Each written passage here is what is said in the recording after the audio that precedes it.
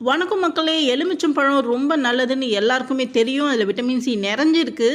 அதை நம்ம இன்டேக்குக்கு இல்லாமல் இந்த மாதம் யூஸ் பண்ணுறது ரொம்ப விசேஷங்க. ஆடி மாதம் என்னன்னு பார்த்தீங்கன்னா, இது ஆடி மாதம் மட்டும் கிடையாது, எல்லா மாதமும் எல்லா நாட்கள்லேயும் உங்களுடைய வீட்டில் ஒரு எலுமிச்சம்பழம் வச்சுக்கிறது ரொம்ப நல்லதுங்க. இது என்னன்னு பார்த்தீங்கன்னா, அதுக்காக ஃப்ரிட்ஜுக்குள்ளே வச்சுக்கிறது இல்லைங்க. ஈக்குவலாக கட் பண்ணி அதில் ஒரு சைடு மஞ்சளும் ஒரு சைடு குங்குமமும் தடவிட்டு நம்மளுடைய வாசக்கால் கதவு கிட்ட அதை வச்சிட்டோன்னா கெட்ட சக்தி எதுவுமே வீட்டுக்குள்ளே வராதுன்றது ஐதீகம். அது நல்லா காஞ்சி போகணுங்க, அழுவக்கூடாது. அழுவி போனால் நம்மளுக்கு நிறைய கந்திஷ்டி இருக்குதுன்னு அர்த்தம்.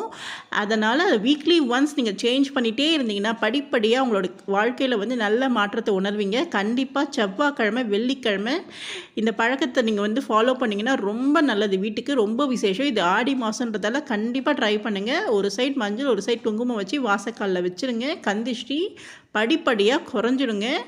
நீங்கள்